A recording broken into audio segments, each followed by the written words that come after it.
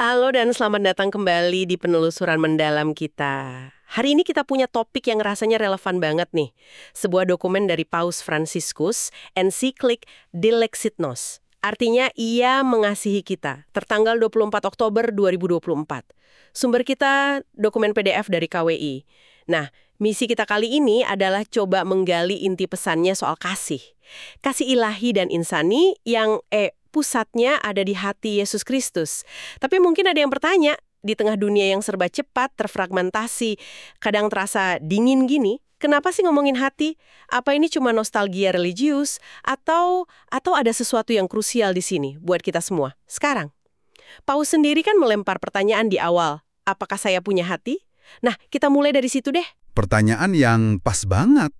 Paus Fransiskus memang kayaknya sengaja mengangkat lagi simbol hati ini. Justru karena kondisi zaman kita sekarang, beliau menyebutnya era dangkal. Penuh kesibukan, tapi seringnya tanpa kedalaman. Terus juga konsumerisme yang mengikis makna. Jadi ajakan untuk kembali ke hati ini, bukan sekedar sentimen ya, tapi sebuah upaya serius buat menemukan kembali pusat kemanusiaan kita yang otentik. Oke, kalau gitu mari kita bedah dulu nih. Waktu Paus bicara hati, sebenarnya apa sih yang beliau maksud? Jelas bukan organ pompa darah dorang kan? Apa ya kedalamannya? Wah, jauh lebih dalam dari itu. Secara historis, ya, baik di tradisi Yunani kuno maupun Alkitab, hati kardia itu inti terdalam manusia. Bukan cuma tempat emosi loh, tapi juga pusat pemikiran, kehendak, memori, bahkan tempat kita bikin keputusan-keputusan fundamental. Ini semacam tempat di mana seluruh diri kita tuh nyatu gitu. Ingat nggak di Alkitab gimana digambarkan? Tempat niat sejati kita, tempat di mana kita jadi diri kita sendiri, nggak pura-pura. Wah, jadi kayak ruang kendali personal kita gitu ya. Menarik banget gimana Papas mengkontraskannya dengan dunia modern. Beliau sampai cerita soal kue kebohongan masa kecilnya. Gede di luar, tapi kosong di dalam. Apa beliau melihat ada bahaya kita jadi kayak gitu? Kelihatan sibuk, berfungsi, tapi intinya kosong. Persis. Di tengah apa yang disebutnya dunia cair, dunia yang terus berubah, pegangannya goyah, ada risiko kita kehilangan pusat diri ini. Sebetulnya sih, pengabaian hati ini akarnya udah lama. Ada filsafat tertentu yang misalnya cenderung meninggikan akal budi aja, atau kehendak aja, seolah manusia bisa dipisah-pisah gitu. Akibatnya, kita bisa kehilangan kemampuan memahami secara utuh. Kehilangan puisi dalam hidup istilahnya. Bahkan mungkin kehilangan jejak cerita pribadi kita. Ada kutipan bagus dari teolog Romano Guardini waktu dia analisis tokoh Stavrogin di novel Dostoyevsky. Guardini bilang, Stavrogin itu nggak punya hati. Nggak punya hati? Maksudnya? Bukan berarti nggak punya perasaan ya, tapi nggak punya pusat yang menyatukan diri. Nah, ini yang bikin dia dingin, terasing, nggak bisa nyambung. Karena kata Guardini, cuma hati yang bisa menciptakan keintiman sejati, baik ke diri sendiri maupun ke orang lain. Ini pemahaman yang kaya banget. Hati sebagai integrator pikiran, perasaan, kehendak, memori, semua ketemu di sana. Dan ini yang bikin saya agak, Paus bilang algoritma digital mungkin bisa nebak pikiran atau pilihan kita yang seragam, tapi nggak bisa nangkep keunikan hati. Jadi hati ini kayak benteng terakhir keunikan kita gitu ya. Itu poin krusial banget, hati itu tempat originalitas. Tempat yang nggak bisa direduksi jadi sekedar data. Makanya hati juga jadi kunci buat hubungan yang otentik, buat melawan arus individualisme atau narsisme yang kuat sekarang. Tanpa hati, komunitas jadi rapuh. Masyarakat bisa jadi tak berperasaan. Kita lihat contohnya di Injil Lukas, Bunda Maria. Dikatakan dia menyimpan semua perkara di dalam hatinya. Kata Yunaninya itu symbalein sama dietereoi. Artinya lebih dari sekedar nginget loh, tapi merenungkan, menyatukan kepingan-kepingan pengalaman jadi satu pemahaman utuh. Jadi ingat contoh-contoh sederhana yang Paus kasih. Garpu buat nutupai, gambar di jendela pas berembun, bola dari kain, bunga kering di buku. Hal-hal kecil penuh makna ya, yang nggak bakal ketangkap algoritma, tapi kesimpan rapih di hati. Ini bener-bener bawa kita balik ke pertanyaan awal tadi ya. Apakah saya punya hati? Bukan cuma punya organ, tapi apa saya menghidupi pusat diri yang otentik ini? Nah, pemahaman tentang pentingnya hati ini kayaknya langsung nyambung ke inti ensikliknya ya. Hati Kristus. Gimana Paus menggambarkan hati Kristus ini sebagai mungkin jawaban atau model gitu? Betul, Paus menekankan ini. Yesus itu nggak ngasih kuliah teologi panjang lebar soal kasih, tapi dia menunjukkannya lewat seluruh hidupnya. Lihat aja deh gimana dia deketin semua orang. Perempuan Samaria yang dianggap najis, Nikodemus pemimpin agama yang datang diam-diam, pelacur yang basuh kakinya, perempuan yang dituduh zina, nggak ada yang ditolak. Dia hadir, dia dekat. Kedekatannya itu bahkan fisik banget loh. Dia nyentuh orang kusta, nyentuh orang sakit. Malah pakai ludahnya buat nyembuhin. Ini bukan sekedar tindakan medis kuno ya, tapi ini pernyataan teologis. Allah itu nggak jauh, nggak jijik sama kemanusiaan kita. Dia mau terlibat langsung. Dan bukan cuma tindakan ya, tapi cara dia melihat orang itu juga kan? Tepat sekali. Injil mencatat gimana Yesus memandang pemuda kaya itu dengan kasih. Gimana dia lihat Nathanael di bawah pohon ara sebelum ketemu. Pandangannya itu nembus ke dalam hati. Dia lihat potensi di Simon Petrus, di Zakeus si pemungut cukai. Dia juga menghargai yang kecil, yang terabaikan. Persembahan janda miskin, iman perwira Romawi. Semua ini nunjukin hati yang peka, yang lihat lebih dari sekedar penampilan luar. Selain tindakan dan pandangan, ada juga kata-kata undangan Yesus yang personal banget. Ini pasti juga ngalir dari hatinya dong. Tentu, undangan kayak, marilah kepadaku semua yang letih lesu, atau tinggallah di dalam aku. Itu bukan sekedar ajakan umum ya, tapi panggilan yang intim untuk masuk dalam relasi pribadi sama dia. Dan Injil juga nggak nutup-nutupin emosi Yesus yang mendalam loh. Belas kasihannya lihat orang banyak, tangisannya buat Yerusalem dan Lazarus, kesedihannya yang luar biasa di Getsemani. Hatiku sedih banget kayak mau mati rasanya. Sampai seruannya di kayu salib. Paus negesin, ini bukan sentimentalisme murahan. Ini realitas utuh dari kasih ilahi yang jadi manusia, ngerasain semuanya bareng kita. Dan puncaknya ya salib itu, ini bener-bener kayak ngulang apa kata Santo Paulus ya, anak Allah yang mengasihi aku dan menyerahkan dirinya untuk aku. Penekanannya di kata aku itu ya, kesadaran bahwa kasih ini personal banget buat saya. Nah, itu dia intinya. Kasih Kristus itu konkret, personal. Dan kesadaran inilah yang jadi dasar buat pembahasan selanjutnya di ensiklik soal devosi kepada hati kudus Yesus. Nah, ini dia nih, devosi hati kudus. Banyak orang mungkin bayanginnya agak kuno ya, atau mungkin sedikit aneh gitu, fokus ke organ jantung. Gimana Paus Fransiskus ngejelasin makna devosi ini biar relevan hari ini? Apa benar kita nyembah organ? Sama sekali bukan. Paus tegas banget soal ini. Yang disembah itu bukan organ fisik yang terpisah, tapi seluruh pribadi Yesus Kristus.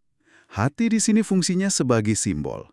Simbol yang paling kuat buat ngungkapin totalitas kasihnya. Kasih ilahi sekaligus kasih insaninya yang utuh. Jadi waktu kita devosi ke hati kudus, sebetulnya kita lagi ngarahin hati kita ke Kristus yang hidup, yang mengasihi kita secara total.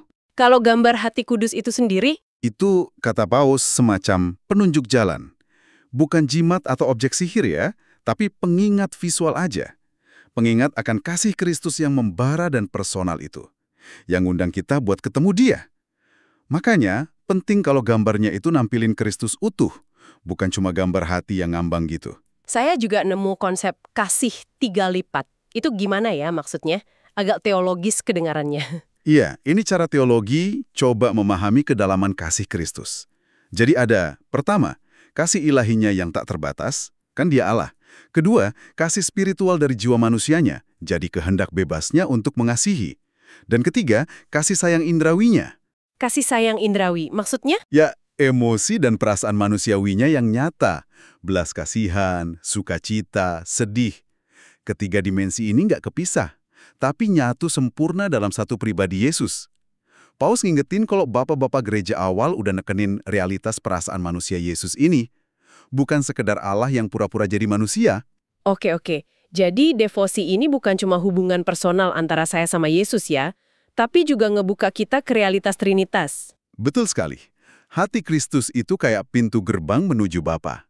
Dan seluruh perjalanan iman ini digerakin oleh Roh Kudus yang ada di hati kita, yang bikin kita bisa manggil Abba, ya Bapa. Makanya liturgi gereja itu selalu strukturnya Trinitarian. Doa ke Bapa lewat Putra yaitu Kristus dalam Roh Kudus. Devosi hati kudus ini nguatin dinamika itu. Para paus sebelumnya juga udah sering bilang ini relevan ya, bukan cuma tradisi lama. Iya, Paus Fransiskus ngutip para pendahulunya. Dari Leo XIII sampai Benediktus XVI. Mereka semua lihat devosi ini sebagai semacam sintesis iman yang penting banget. Bisa jadi jawaban buat spiritualitas yang terlalu kaku, dingin gitu, atau sebaliknya, aktivisme sosial tapi kehilangan akar spiritualnya. Juga bisa jadi penangkal buat sekularisme yang mau nyingkirin Tuhan, atau dualisme yang misahin iman dari hidup sehari-hari. Wah, ini penting nih. Jadi paus lihat ini sebagai obat buat dualisme zaman sekarang gitu ya. Misalnya, kecenderungan kita punya spiritualitas yang kayaknya ngawang-ngawang aja, nggak nyambung ke badan dan dunia nyata. Atau sebaliknya, jadi aktivis gereja yang sibuk banget tapi kering rohaninya, lupa sama hubungan personal dengan Kristus. Tepat. Devosi hati kudus ini justru ngerangkul keduanya, kedalaman spiritual dan keterlibatan nyata di dunia. Sejarahnya juga nunjukin fokus ini kok. Mulai dari lambung Yesus yang ditikam di salib, kan keluar darah dan air. Simbol sakramen. Terus direnungkan Bapak Gereja, dihidupi para mistikus abad pertengahan, kayak Bernardus, Bonaventura, Gertrude, sampai pengalaman Santa Margaret Mary Alacoque di abad ke-17. Dengan pesan yang eksplisit tentang hati yang begitu mengasihi manusia dan minta respons kasih. Semuanya nunjuk ke hati Yesus sebagai sumber rahmat dan tempat perjumpaan kasih yang bisa mengubah hidup. Oke, kalau hati Kristus itu sebegitu mengasihinya kita, terus gimana respons kita? Ensiklik ini bahas konsep reparasi atau silih. Apa sih makna sebenarnya reparasi ini? Apa ini soal bayar utang dosa gitu dengan penderitaan kita? Nah, Paus Fransiskus sambil menggemakan Yohanes Paulus II, ngasih makna yang jauh lebih positif dan aktif deh. Reparasi itu bukan sekedar usaha nyiksa diri buat nenangin Tuhan yang marah. Bukan itu. Sebaliknya, reparasi itu komitmen kita buat bangun peradaban kasih. Di tengah dunia yang luka karena kebencian, ketidakpedulian, ini tentang nyatuin lagi dua perintah utama. Cinta sama Allah dan cinta sama sesama. Jadi ini ada implikasi sosialnya yang kuat banget ya, bukan cuma urusan pribadi sama Tuhan aja. Sangat kuat. Reparasi itu artinya kita aktif ngelawan apa yang disebut struktur dosa. Ketidakadilan sistemik, budaya buang, cuek sama penderitaan orang lain. Caranya, ya lewat pertobatan hati yang kelihatan di tindakan nyata. Pelayanan, solidaritas, usaha rekonsiliasi, bela yang lemah. Nah itu reparasi dalam semangat Injil. Berarti cara terbaik balas kasih Kristus itu ya dengan nyalurin kasih itu ke orang lain, terutama yang paling butuh. Jadi ingat kata-kata Yesus, apa yang kamu lakukan buat salah seorang saudaraku yang paling hina ini, kamu udah melakukannya buat aku, gitu kan? Itu dia inti reparasi yang sejati. Tentu, ini butuh transformasi hati kita sendiri ya.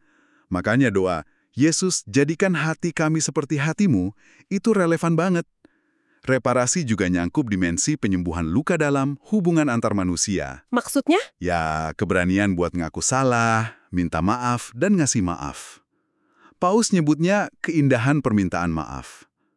Sesuatu yang mungkin langka ya sekarang, tapi kekuatannya luar biasa. Ada juga perspektif dari Santa Teresa dari Lisieux yang Paus kutip. Kayaknya ngasih nuansa beda soal reparasi ini. Gimana tuh? Wah, pandangan Teresa gini dalam banget.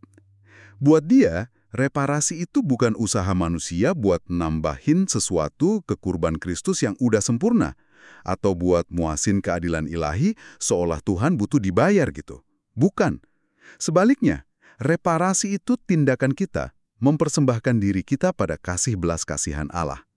Artinya, kita buka diri selebar-lebarnya, singkirin penghalang ketidakpercayaan kita, biar kasih Allah yang melimpah itu bisa ngalir lewat kita ke dunia. Jadi bukan kita yang memperbaiki sesuatu buat Tuhan, tapi kita membiarkan kasih Tuhan memperbaiki dunia lewat kita. Wah, ini pergeseran fokus yang lumayan ya. Betul. Ini bukan gantiin kurban Kristus, tapi partisipasi di dalamnya.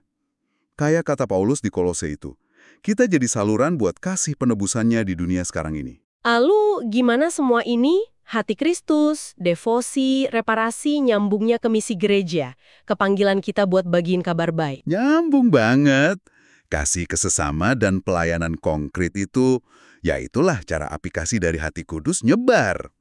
Misi yang otentik itu lahir bukan dari paksaan atau strategi marketing ya, tapi dari sukacita perjumpaan personal sama kasih Kristus. Saking meluapnya, jadi pengen dibagikan. Dan Paus nekenin pentingnya komunitas. Misi itu dilakuin bareng-bareng dalam persekutuan gereja. Kasih kita ke saudara-saudari seiman, perhatian kita sama yang menderita di sekitar kita, inilah bahan bakar persahabatan dengan Yesus. Dan cara nyata kita ketemu Dia lagi. Pelayanan jadi wujud konkret dari hati yang udah diubah sama kasih-Nya. Wah, pembahasannya padat banget dan iya, menggugah ya. Kalau ditarik benang merahnya nih, dilexitnosis ini kayak seruan mendesak buat balik ke hati. Ke pusat diri kita yang otentik. Yang cuma bisa ketemu kepenuhannya pas jumpa sama hati Kristus. Sumber kasih ilahi dan insani yang gak ada batasnya. Terus, devosi hati kudus jadi jalan buat memupuk perjumpaan personal itu. Yang kemudian dorong kita buat reparasi, tapi bukan sebagai beban ya, lebih ke partisipasi aktif nyebarin kasihnya. Lewat tindakan nyata. Begitu Kas kira-kira? Tepat sekali. Dan kerasa banget gimana pesan ini nyatu sama tema-tema besar Paus Fransiskus yang lain. Peduli sama hati manusia ini jadi fondasi buat peduli sama sesama, itu Fratelli Tutti. Dan peduli sama bumi rumah kita bersama, itu Laudato Si.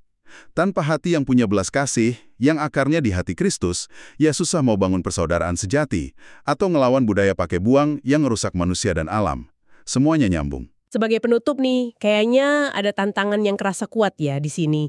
Di dunia yang seringkali kayak kehilangan hati, penuh konflik, pecah belah, distraksi dangkal, gimana ya cara kita secara praktis bisa mulai kembali ke hati? Paus Fransiskus kan kagum sama Santo Charles de Foucauld yang punya kebiasaan nanya ke diri sendiri di situasi apapun, apa yang bakal Yesus lakuin di tempatku sekarang? Mungkin ini bisa jadi langkah awal reparasi kecil kita ya. Gimana kalau jawaban atas pertanyaan simpel itu pas kita interaksi di rumah, di kerjaan, di medsos, jadi cara kita ngebiarin hati Kristus yang penuh kasih itu sedikit demi sedikit ngubah dunia. Dimulai dari ngubah hati kita sendiri dulu. Sesuatu buat kita renungkan bareng-bareng dan coba hidupin deh. Terima kasih banyak sudah menyimak penelusuran mendalam kita kali ini. Semoga ada percikan inspirasi yang bisa dibawa pulang ya. Sampai jumpa di penelusuran berikutnya.